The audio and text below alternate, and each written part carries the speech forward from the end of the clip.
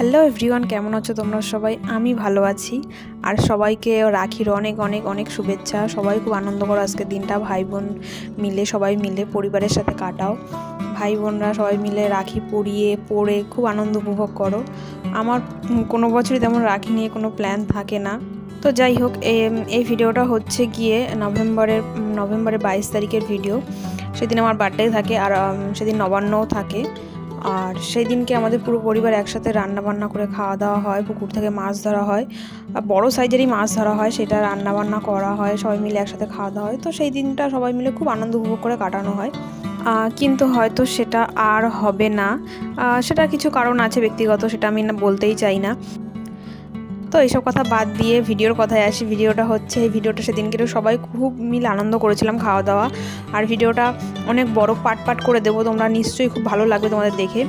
তো এই পার্টটা এই পর্যন্ত বাবা মাছটা কেটেছে, দেখতে পেলে কত বড় মাছ।